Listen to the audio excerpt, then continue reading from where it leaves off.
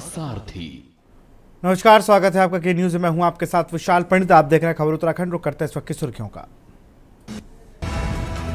4 मई को बद्रीनाथ धाम के खुलेंगे कपाट। शासन प्रशासन से लेकर राष्ट्रीय राजमार्ग विभाग भी सजग। यात्रा मार्ग पर यथासंभव चौड़ाई दी गई। देहरादून में कश्मीरियों के साथ मारपीट करने वालों के खिलाफ कार्रवाई। पुलिस ने संज्ञान लेते हुए बड़ी कार्रवाई की। प्रदेश की प्रवक्ता गरिमा दौसानी बोली, निश्चित रूप से वो सराहनीय कदम। हरिद्वार नगर निगम ने करोड़ों के जमीन घोटालों पर शासन एक्शन मोड पर 4 अफसर सस्पेंड। बीजेपी नेता ने दी कड़ी प्रतिक्रिया।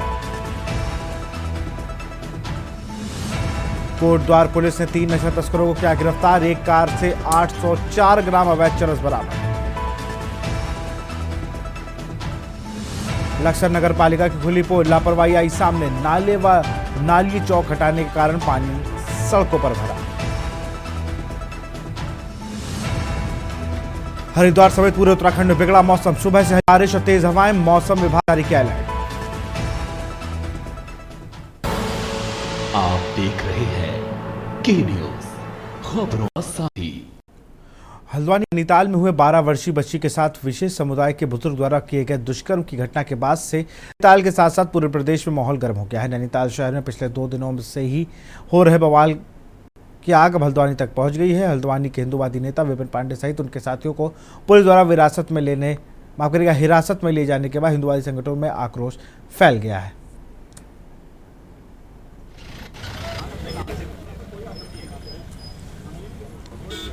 पूर्व सबको पता है कि नैनीताल में एक 12 वर्ष की हमारी हिंदू बच्ची के साथ 76 वर्ष के मुस्लिम जिहादी द्वारा एक घिनौना कृत्य किया गया था। उसके साथ दुष्कर्म करने की घटना हमारे सामने आई थी। पुलिस प्रशासन ने उसको गिरफ्तार किया, जेल भेजा।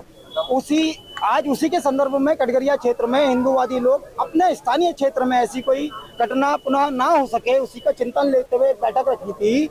शांतिपूर्व तरीके से एक बैठक चल रही थी, लेकिन पुलिस ने तानाशाही रवैया अपनाया और उन सभी को 4-5 लोग हमारे हैं उनको गिरफ्तार करके, अपराधी की तरह गिरफ्तार करके गाड़ियों में ठूस कर लेके आए, चौकी थाना भेजा गया। उसी के विरोध में हम सभी वादी यहाँ एकत्रित हुए। कल परसों में जो घटना नैनीताल में हुई है काफी शर्मसार घटना है और हम सबको झकझोर दिया उस घटना ने। एक मुस्लिम बुजुर्ग द्वारा एक हिंदू बेचारी बच्ची के साथ जो हरकत हुई है उसको लेकर पूरे जिले में एक बहुत गुस्सा है सब में। और आज इसी को लेकर हमारे कुछ लोग प्रदर्शन कर रहे थे, तो पुलिस ने उनको उठा लिया। तो उनकी रिहाई के लिए ये जो नैनीताल में घटना हुई थी उसको लेकर कुछ स्थानों पर प्रदर्शन थे। कुछ लोगों ने कॉल किया था, उसको देखते हुए कानून व्यवस्था की स्थिति बने रहे, किसी प्रकार का प्रतिकूल प्रभाव इस पर न पड़े, ये सुनिश्चित करने के लिए निरोधात्मक कार्रवाई भी आज की गई है। और हम लोग लगातार राउंड पे हैं, सतर्कता बढ़ती जा रही है। एक जघन्य घटना घटी जिसको लेकर सभी लोग आक्रोशित थे। और कल के बाद आज हमारे भारतीय जनता पार्टी के युवा मोर्चा के प्रदेश के मंत्री विपिन पांडे जी के द्वारा एक शांतिपूर्ण तरीके से मार्च निकाला जा रहा था, जिसमें प्रशासन ने आपत्ति दर्ज कराते हुए उनको गिरफ्तारी कर ली थी। नैनीताल की जघन्य घटना हुई, आक्रोशित होना सबका स्वाभाविक है, लेकिन हमने अपील की कि सरकार कठोर कदम उठा रही है। कल भी तुरंत उसको गिरफ्तार किया गया, उसके अवैध मकान पर नोटिस दिया गया। और नैनीताल में भी गया था। नैनीताल के लोगों ने, क्योंकि सीजन चल रहा है पर्यटन का, और आदमी क्योंकि किन्हीं दुष्कृत्य कर रहे हैं उनके कारण समाज का वातावरण खराब नहीं होना चाहिए। और मेरे आज से वार्ता भी हुई और मैंने कहा ठीक है, थोड़ा मन में आक्रोश होता है, आक्रोश शांत हो जाएगा और सामान्य तरीके से, क्योंकि अब पर्यटन सीजन चल रहा है, बहुत चीजें हो रही हैं, यात्रा तेज हो रही है, तो सबको सामान्य तरीके से सहयोग प्राप्त होगा। नैनीताल में बुजुर्ग द्वारा नाबालिग बच्चों के साथ किए गए दुष्कर्म की घटना में पूरे उत्तर में उबाल है। हर जगह इस घटना के कड़े शब्दों के साथ निंदा की जा रही है। उत्तराखंड महिला उद्यमिता परिषद के अध्यक्ष रेणु अधिकारी ने इस इंसानियत को शर्मसार करने वाली इस घटना की कड़े शब्दों में निंदा की है। अपने निज आवास में उन्होंने पत्रकारों से बात करते हुए कहा, देवभूमि के लिए शर्मसार करने वाली घटना है ये। बहुत ही शर्मसार घटना है हमारी देवभूमि के लिए, और मैं माननीय मुख्यमंत्री पुष्कर सिंह धामी जी का बहुत आभार करूंगी, जिनके तुरंत इस पे जो गंभीर विषय चल रहा था इस पे कार्रवाई की। और वो जो अपराधी है 73 साल के जो अधेड़ हैं, जो 12 साल की बच्ची के साथ इस तरह से दुष्कर्म किए, वो पकड़े भी गए हैं। और मैं निश्चित रूप से माननीय मुख्यमंत्री जी का आभार व्यक्त करूंगी, ऐसे विषय पे तुरंत कार्रवाई हुई। और दूसरा, मैं आपको आदेश की कॉपी भी दिखाना चाहूंगी कि उनके घर को भी ध्वस्तीकरण के आदेश आ चुके हैं नैनीताल नगर द्वारा। और निश्चित रूप से इस तरह की कार्रवाई होनी चाहिए, क्योंकि आगे भी इस तरह की घटनाएं नहीं हो पाएंगी। और अगर हमने किसी इस तरह के अपराध को अगर वास्तव में अंकुश लगाना है तो ऐसे मुख्यमंत्री द्वारा जो निर्णय लिए गए हैं मैं उनकी बहुत प्रशंसा करूंगी और आगे भी ऐसे निर्णय लिए जाएंगे कि इनको जड़ से हटा देने का काम करेंगे, इनके और इनकी जड़ों को, आकाओं को, तो ऐसी घटनाएं होंगी भी नहीं।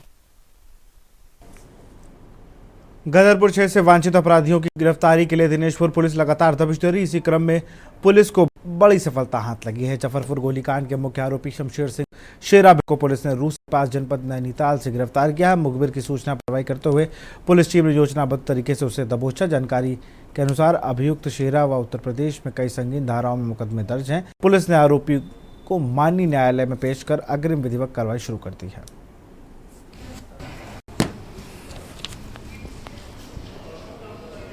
जाफरपुर क्षेत्र पर फायरिंग हुई थी अक्टूबर माह में।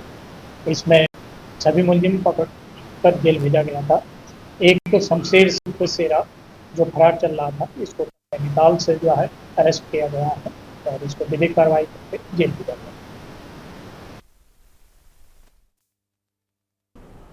उत्तराखंड में समय से चल रहे सशक्त भू कानून की मांग को आखिरकार मंजूरी मिल गई है। धामी सरकार द्वारा फरवरी में विधानसभा सत्र के दौरान पारित किया गया उत्तराखंड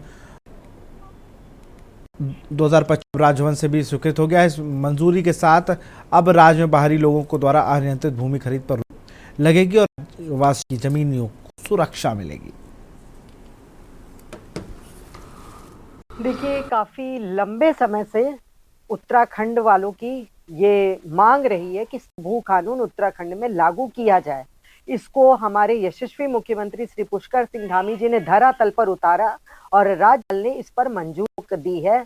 उससे पूरे राज्य में एक खुशी और हर्ष का माहौल है और सबसे ज्यादा हर्ष का विषय ये है कि हमारे यशस्वी मुख्यमंत्री श्री पुष्कर सिंह धामी जी ने उत्तराखंड के इस दर्द को, इस चीज को, इस मांग को समझा और सख्त भू कानून यहाँ पर लागू किया। जिस प्रकार से उत्तराखंड में एक से एक ऐतिहासिक फैसले लेने वाले ऐसे मुख्यमंत्री हमारे उत्तराखंड के पुष्कर सिंह धामी जी, वो ये दर्शाता है कि ऐतिहासिक फैसले लेने वाले पहले मुख्यमंत्री के नाम में हमारे यशस्वी मुख्यमंत्री श्री पुष्कर सिंह धामी जी बनने जा रहे हैं।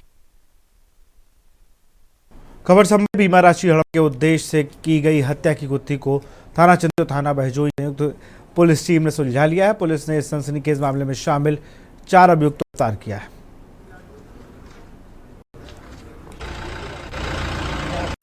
जनबल में अपराध एवं अपराधियों पर अंकुश लगाने के अनुक्रम में आज हमारी एडीसी अनुकृति की नेतृत्व में जो माफियाओं के खिलाफ जो लगातार कार्रवाई की जा रही है, उसमें एक अभी तक का सबसे बड़ा खुलासा जिसे मैं कहूँगा उसका पर्दाफाश किया गया है। पिछले साल अगस्त महीने में एक विकलांग व्यक्ति को सिर से हथौड़े से वार करके और बाद में उस पर गाड़ी चढ़ा के उसकी हत्या दी गई थी। उसके बहुत क्लोज रिलेटिव्स हैं, उनके द्वारा बाद में उस पर एक रैश ड्राइविंग का किसी अज्ञात लोगों पे लिखवाया गया और 4 महीने बाद पुलिस के द्वारा साक्ष्य नहीं मिलने के अभाव में दिसंबर माह में उसमें लगा दी गई। पुलिस को रिसीव जब इस बीमा का एक केसेज है, इनका खुलासा हो रहा है, पुलिस को एक टाटा AIA ने इनपुट दिया कि ये इस तरीके का जो केस है इसमें क्लेम मांगा जा रहा है, ये थोड़ा संदिग्ध लग रहा है, इसको पुलिस के द्वारा देखा जाए। तो हमारे एडिशनल SP और उनकी टीम के द्वारा इसको रिव्यू किया गया। लक्सर पुलिस को एक बड़ी सफलता हाथ लगी। SP देहात शेखर सोयाल ने बताया कि पुलिस टीम ने चेकिंग के दौरान अकबरपुर गांव के पास स्थित पुराने खंडहर के पास संदिग्ध अवस्था में खड़े साहिल, आरिस और गुलजार नामक आरोपियों को पूछताछ के लिए हिरासत में लिया। पूछताछ करने में पता चला कि दोनों और एक अन्य साथी बाइक चोरी गिरोह का सदस्य है।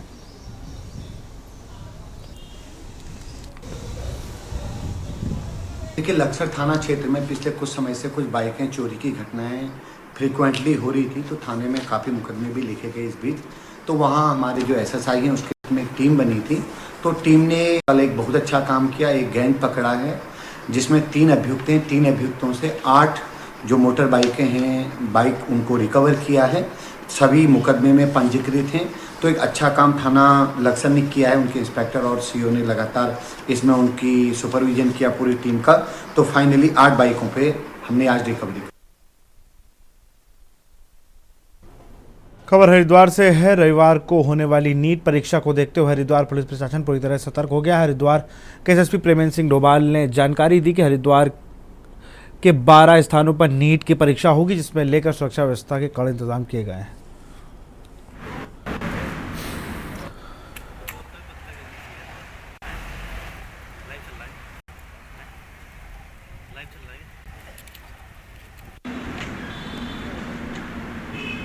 होने वाली परीक्षा के लिए हरिद्वार पुलिस पूरी तरीके से तैयार है। इस संबंध में सभी जो ब्रीफिंग्स हैं वो पूर्ण कर ली गए और जो हमारे हरिद्वार क्षेत्र में मुख्य सेंटर हैं जिन्हें 5 जोनों में डिवाइड किया गया है और 9 सेगमेंट को बनाया गया है। जोन में सर्कल अफसर डिप्टी लेवल के अधिकारी लगाए गए हैं और सेक्टरों में SHO स्तर के अधिकारी लगाए गए हैं। साथ ही जो नीट के जो प्रश्न पत्र हैं उनको ले जाने के लिए गार्ड के अरेंजमेंट्स किए गए हैं, उनकी प्रॉपर ब्रीफिंग की जा चुकी है। खबरधून से कांग्रेस के वरिष्ठ नेता और पूर्व केंद्रीय मंत्री डॉक्टर गिरिजा व्यास के निधन पर कांग्रेस पार्टी ने कांग्रेस भवन में श्रद्धांजलि अर्पित की है। कांग्रेस के तमाम नेताओं ने इस मौके पर उन्होंने श्रद्धांजलि दी और उनके योगदान को याद किया। कांग्रेस नेताओं ने कहा कि डॉक्टर गिरिजा व्यास का योगदान शिक्षा, सामाजिक न्याय और विशेष रूप से महिला सशक्तिकरण के क्षेत्र में अविस्मरणीय था। उनका निधन हम सभी के लिए एक अपूरणीय क्षति है।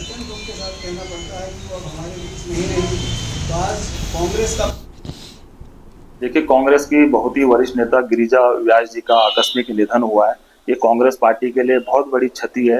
उन्होंने कांग्रेस के महत्वपूर्ण पदों में रही है, महिला आयोग की अध्यक्ष रही है, महिला कांग्रेस की अध्यक्ष रही है और महत्वपूर्ण पदों में वो रही है और उन्होंने हमेशा कांग्रेस को आगे बढ़ाने के लिए काम किया, सभी को साथ लेकर उन्होंने काम किया। उनका जो अनुभव था कांग्रेस के लिए एक मील का पत्थर साबित होगा। आज जो उनके बताए मार्ग पर हमको चलने की आवश्यकता है। आज हमारे विचार विभाग के प्रदेश अध्यक्ष प्रदीप जोशी जी के नेतृत्व में यहाँ पर पार्टी मुख्यालय में हम लोगों ने श्रद्धांजलि सभा का आयोजन किया है और 2 मिनट की शांति मौन व्रत रख के हम लोगों ने।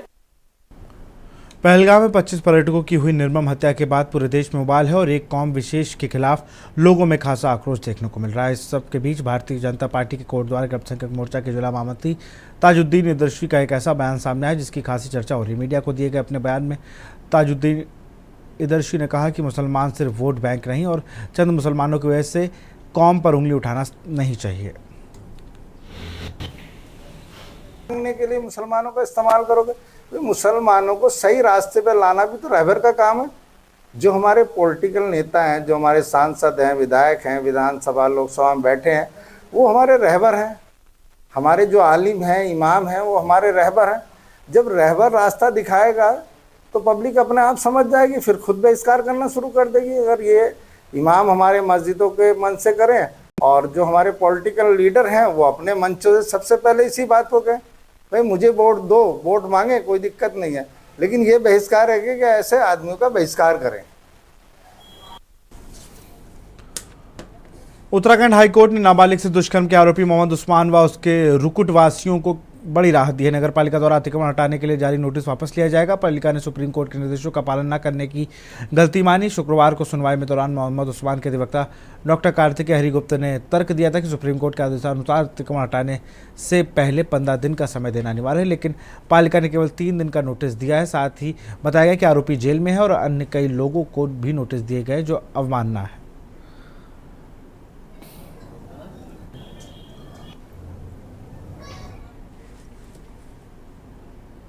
और यार रुकते छोटे से ब्रेक के लिए। आप देख रहे हैं के न्यूज खबरों का। नैनीताल में एक 12 वर्षीय नाबालिग बच्ची के साथ हुई दुष्कर्म के बाद उपजे तनाव को देखते हुए पुलिस व अर्धसैनिक बलों की टुकड़ी ने नगर में कानून एवं शांति व्यवस्था बनाए रखने हेतु फ्लैग मार्च किया। इसमें बड़ी संख्या में महिलाओं ने भी शिरकत की। संयुक्त मजिस्ट्रेट वरुणा अग्रवाल ने कहा कि नैनीताल की सीमाओं पर पुलिस चेकिंग अभियान चलाकर शहर में प्रवेश करने वाले व्यक्तियों से पूछताछ करने के साथ ही नगर में दिन रात्रि पेट्रोलिंग अभियान चलाया जा रहा है ताकि आम जनता में सुरक्षा की भावना सुदृढ़ हो सके। में डर का माहौल बैठ गया था, उसको दूर करने के लिए आज फ्लैग मार्च निकाला गया, जिसमें पुलिस प्रशासन और नैनीताल की खुद महिलावासी जितने हैं वो लोग हमारे साथ आए और यही संदेश देना चाहा कि यहाँ पे शांति है, यहाँ पे कोई डर का माहौल नहीं है। किसी ऐसी भ्रांति जो लोगों के भीतर है, टूरिस्ट के भीतर है नैनीताल में आने के लिए, वैसा कोई माहौल नहीं है। हम आपके स्वागत के लिए हैं, आपकी सुरक्षा के लिए हैं और आपको बेडर होकर नैनीताल आना चाहिए और नैनीताल के जो ये हवा और ये मौसम है इसको एंजॉय करना चाहिए। चारधाम यात्रा को सुरक्षित और सुगम बनाने के उद्देश्य से उत्तराखंड सरकार की तैयारियां जोरों पर है। इसी क्रम में लोक निर्माण विभाग के सचिव डॉक्टर पंकज कुमार पांडे ने 1 मई को गंगोत्री और 2 मई को यमुनोत्री यात्रा मार्ग का स्थलीय निरीक्षण किया। उन्होंने निर्माण कार्यों की प्रगति का जायजा लेते हुए उत्तरकाशी में पत्रकारों से प्रेस वार्ता की। डॉक्टर पांडे ने बताया कि यात्रा मार्गों पर सुरक्षा से जुड़े अधिकांश कार्य पूरे किए गए हैं।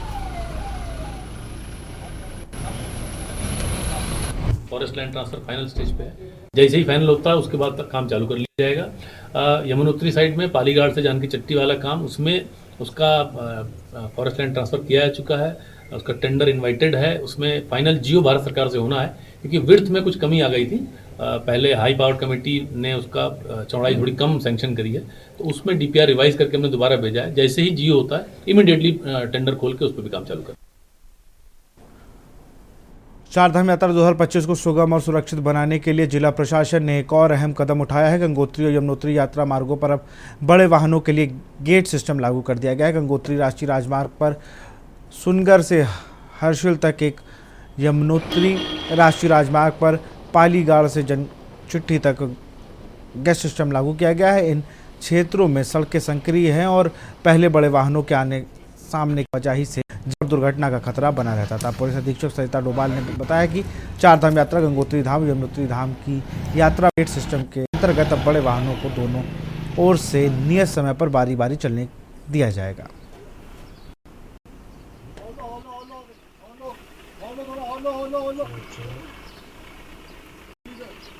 हमारे दोनों धामों श्रद्धालु आने लगे हैं और पिछले 2 दिनों में यमुनोत्री धाम में लगभग 22,000 और जो हमारे गंगोत्री धाम में लगभग श्रद्धालुओं ने दर्शन किए हैं और लगातार संख्या बढ़ती जा रही है और सुगम और सुव्यवस्थित चारधाम यात्रा चल रही है। जो हमारे वन वे के पॉइंट्स हैं, बेसिक गेट्स जो बसेस हैं उनको थोड़ी थोड़ी देर के लिए रोक करके ट्रैफिक के प्रेशर के आधार पर जो है उनको जो नैरो रोड्स हैं वहाँ पर पास कराया जा रहा है। देखिए, जो सिर्फ जो बड़ी बस हैं उनके लिए और ट्रैफिक प्रेशर के आधार पर कि अगर किसी जगह पर वन वे अगर स्मूथली एक ही तरफ से गाड़ियां आ रही हैं तो वहां पर तब नहीं रोका जा रहा है। जब प्रेशर है तो थोड़ी देर के लिए लगभग आधे घंटे के आसपास जो है वहां पर उनको। खबर हरिद्वार से 4 मई को होने वाली नीट परीक्षा को लेकर हरिद्वार पुलिस प्रशासन पूरी तरह से सतर्क हो गया है। परीक्षा को सुचारू संचालन और छात्रों की सुरक्षा को ध्यान में रखते हुए एसएसपी प्रेमेंद्र सिंह डोभाल ने सभी परीक्षा केंद्रों पर 5 जोन और 9 सेक्टर में बांट दिया है।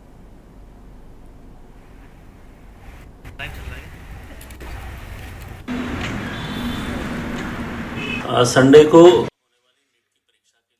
पुलिस पूरी तरीके से तैयार है। इस संबंध में सभी जो ब्रीफिंग्स हैं वो पूर्ण कर ली गई हैं और संपूर्ण जो हमारे हरिद्वार क्षेत्र में 12 मुख्य सेंटर हैं जिन्हें 5 जोनों में डिवाइड किया गया है और 9 सेक्टरों में इनको बनाया गया है। जोन में सर्कल अफसर, डिप्टी एसपी लेवल के अधिकारी लगाए गए हैं और सेक्टरों में एसएचओ स्तर के अधिकारी लगाए गए हैं। साथ ही जो नीट के जो प्रश्न पत्र हैं उनको लाने ले जाने के लिए गार्ड के अरेंजमेंट्स किए गए हैं, उनकी प्रॉपर ब्रीफिंग की जा चुकी है। संपूर्ण प्रक्रिया में 200 से ऊपर कर्मचारी लगाए गए हैं जिनको प्रॉपर ब्रीफिंग के बाद रवाना किया जाएगा और मुझे उम्मीद है इस चैलेंज को हरिद्वार पुलिस अच्छे तरीके से करेगी और नीट की परीक्षा को भली भांति संपन्न कराने के लिए हम पूरी तरीके से। लक्सर पुलिस को बड़ी हाथ लगी है। इतिहास शेखर सोयाल ने जानकारी देते हुए बताया कि पुलिस चेकिंग के दौरान लक्सर के अकबरपुर गांव में स्थित पुराने खंडहर के रास्ता में खड़े साहिल, आरिश और गुलजार निवासी बेसड़ी गांव को हिरासत में लेकर पूछताछ की गई तो पता चला ये तीनों बाइक चोर गिरोह के साथ। पुलिस टीम ने उनके कब्जे से चोरी की 8 बाइकें बरामद की।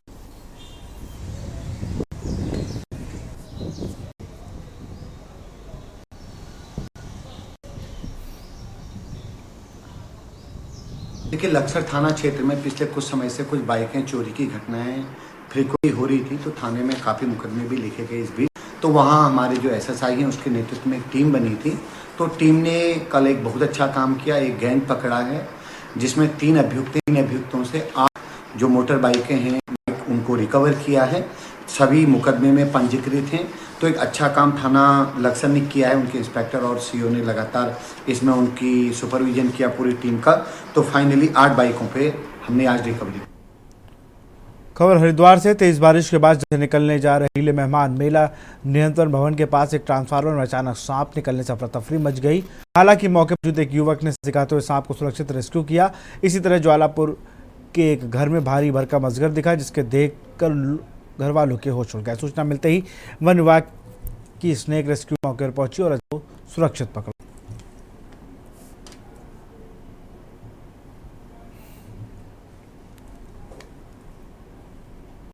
तो फिलहाल खबर उत्तराखंड में इतना ही। आगे देखिए के न्यूज़ का खास कार्यक्रम मंथन हमारे प्रधान संपादक दुर्गेन चौहान के साथ। आप देख रहे हैं के न्यूज़।